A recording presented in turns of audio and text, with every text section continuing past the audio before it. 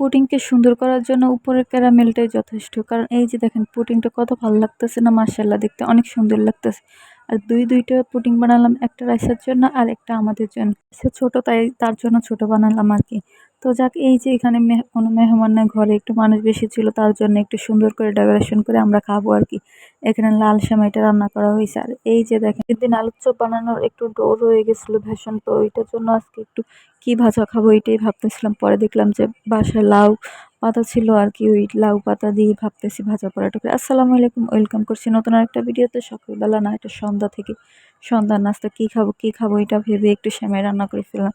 সেমাইটা মোটামুটি মানে আমি পছন্দ করি না, মোটামুটি রাইস অনেক পছন্দ করে। আর সেমাই মোটামুটি সবাই পছন্দ করে, বা না করলেও একটু খায় আরকি, এরকম একটা অবস্থা। আমি অত একটা পছন্দ করি না, বাট রান্না করলে খাওয়া হয়। তো যাক, এখানে একটু রান্না করা হয়েছে সেমাইটা। বাসায় মেহমান ছিল বলতে খালাতো বোনরা, খালাতো ভাইরা ছিল ওরা আরকি। তো এই জন্য একটু মানুষ বেশি আসতো, তার জন্য একটু সুন্দর করে ডেকোরেশন করলাম আরকি। বাট ওরা ছোট ছোট বাচ্চা আরকি, কেউ আবার অন্য কিছু মনে করে না, বড় না, ওরা ছোট। ওদের জন্য না, নিজেদের জন্যই। বাট আমি মানে সবসময় এরকমই করি যে নতুন কিছু নামিয়ে তারপর খাই আরকি। তার জন্য বকা শুনতে হতো আগে, এখন আর শোনা হয় না। মাঝে মধ্যে এরকম করি। তো ওটা ওই ছোট একটা ট্রেতে নেওয়া হয়েছিল, তখন হচ্ছিল না, পরে ভাবলাম যে বড়টাই নিই। তারপরে বড়টা আমি সুন্দর করে সাজিয়ে নিলাম, এখন সবাই মিলে বসে খাবো। এটা ছিল সন্ধ্যার টাইমে। আগের দিনের একটু বেসনগুলা ছিল আর কি, আগের দিন আলুর চপ বানানো হয়েছে, ওইটার একটু বেসন ছিল, বেশি বেসনগুলো হয়েছে, তার জন্য আমি একটু রেখে দিছি আর কি। তো ওই ডোটা দিয়ে কি করব ভাবতে ভাবতে দেখলাম যে বাহিরে লাউ পাতা আর কি, লাউ পাতা নিয়ে এসে এই যে ভাজতেছিলাম। এত মচমচা ছিল আর এত খেতে ভালো লাগতেছিল, মাশাআল্লাহ মাশাআল্লাহ। ভাজতেও ভালো লাগতেছিল আর খেতে মজা হয়েছে অনেক।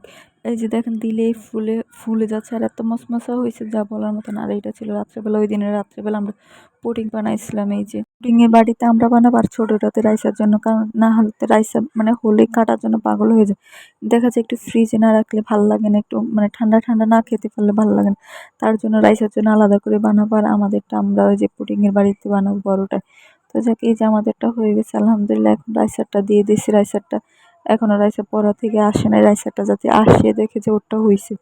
তো এই তো ওরটা হওয়ার পরে যে ওকে কাটতে, সেটা রাত্রেবেলায় ছিল, তখনই তো কাটবে, মানে দেরি আর সহ্য হচ্ছিল না ওর ওর তখনই কাটার জন্য পাগল হয়ে গেছে। ও এটা কাটার জন্য নিজের ড্রেস চেঞ্জ করতে গেছে, আমি ফাঁক দিয়ে মানে ভিডিও করে রাখছি আর কি। তো ড্রেস চেঞ্জ করে আসার পরে ও কেকটা কাটবে। আর এটা ছিল পরের দিন, মানে আজকের ভিডিও আর কি, মানে পরের দিন আর কি সকালবেলা।